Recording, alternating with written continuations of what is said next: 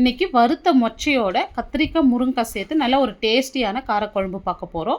ஒரு பேனில் வந்து 1 ஸ்பூன் எண்ணெய், 20 சின்ன வெங்காயம், 15 பூண்டு, 1 துண்டு இஞ்சி சேர்த்து வெங்காயம் வந்து நல்லா கலர் மாதிரி வரட்டும். இந்த அளவுக்கு கலர் மாதிரி வந்ததும் 2 துண்டு தேங்காய் வந்து கட் பண்ணிட்டு சேர்த்துங்க. இப்போ 1/2 ஸ்பூன் சீரகம், 1/2 ஸ்பூன் மிளகு சேர்த்துங்க. நல்லா வந்ததும் 3 மீடியம் சைஸ் தக்காளி சேர்த்துங்க. தக்காளி ஓரளவுக்கு வதங்கி வந்ததும் ஒரு கை நிறைய வந்து கொத்தமல்லி தண்டு, கொஞ்சமாக கருவேப்பிலை சேர்த்துட்டு நல்லா வதக்கி விடுங்க.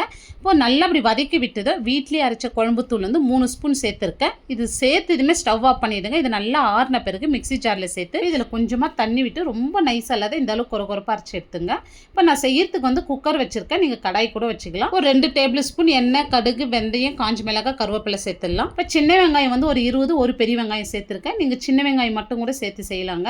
இப்போ இது ஓரளவுக்கு வதங்கி வந்ததும் இதில் வந்து கட் பண்ணி வச்ச கத்திரிக்காய், முருங்கைக்காய் சேர்த்துருங்க. தேவையான உப்பு, 1/4 ஸ்பூன் மஞ்சள் தூள், ஒரு 1/2 ஸ்பூன் வந்து சில்லி பவுடர் சேர்த்துட்டு நல்லா வதக்கி விடுங்க. இப்போ இந்த இடத்துல அடி பிடிக்கிற மாதிரி இருந்தால் கொஞ்சமாக தண்ணி தெளித்து விட்டு வதக்கி விடுங்க. இப்போ இந்த அளவுக்கு வதங்கி வந்ததும் நம்ம அரைச்சி வச்ச மசாலா சேர்த்துட்டு ஒரு நிமிஷத்துக்கு நல்லா வதக்கி விடுங்க. இப்போ மிக்ஸி ஜார்லேயே கொஞ்சமாக தண்ணி சேர்த்துங்க. இப்போ மொச்சை வந்து நான் வறுத்துட்டு 8 மணி நேரம் ஊற வச்சு குக்கரில் 2 விசில் விட்டு எடுத்து வச்சுருக்கேன். இந்த மொச்சை இதோட சேர்த்துட்டு ஒரு நெல்லிக்காய் சைஸ் புளி எடுத்து நல்லா திக்காக கரைச்சிட்டு சேர்த்துங்க. இப்போ பொடியே நறுக்குனா கருவேப்பிலை, கொத்தமல்லி சேர்த்துட்டு இப்போ குக்கர் மூடி போட்டு ஒரு விசில் மட்டும் விட்டு எடுத்துக்கலாம். ஸ்டவ் ஆஃப் பண்ணதுமே உடனே வந்து ஸ்டீம் ரிலீஸ் பண்ணிட்டு குக்கர் ஓப்பன் பண்ணிவிடுங்க. அப்போ தான் கத்திரிக்காய், முருங்கைக்காய் வந்து குழஞ்சி போகாது இருக்கும்.